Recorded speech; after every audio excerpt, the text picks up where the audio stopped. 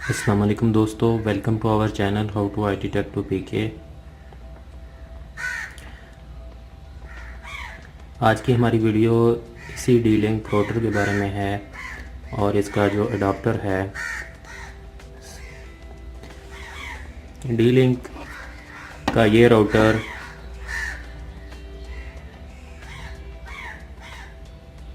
सात पोर्ट पर मुश्तमिल है। 8 पोर्ट हैं इसकी टोटल। D-Link का ये जो राउटर है, ये मॉडल है इसका, 8 पोर्ट हैं।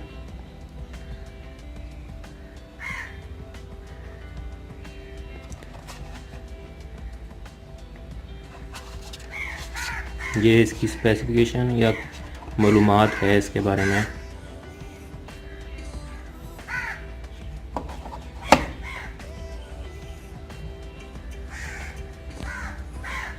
ये इसका मॉडल नंबर लिखा हुआ है, पिन है, सीरियल नंबर है, मेड इन चाइना है ये, और ये ब्रांड है D-Link ऐसे।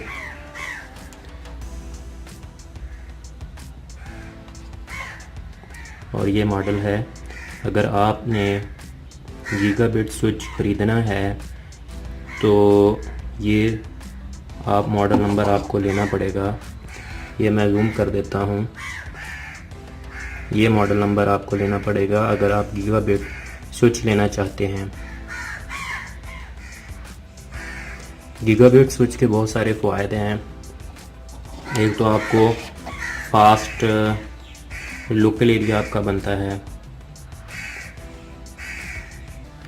और आपको अगर आपने लोकल एरिया पे इंटरनेट चलाना है तो ये इंटरनेट की स्पीड भी आपको बहुत अच्छी देता है, क्योंकि हमारे जो कंप्यूटर हैं आजकल के वो गीगाबिट पर ही मबनी हैं।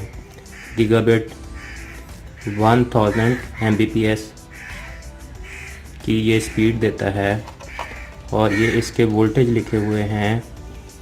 ये कितना वोल्टेज लेता है, 5 वोल्ट 1 एम्पेयर ये लेता है। ये देखें, 5 वोल्ट 1 एम्पेयर। और जो इसका ये वाला अडाप्टर है इसका, ये देखें, 5 वोल्ट 1 एम्पेयर।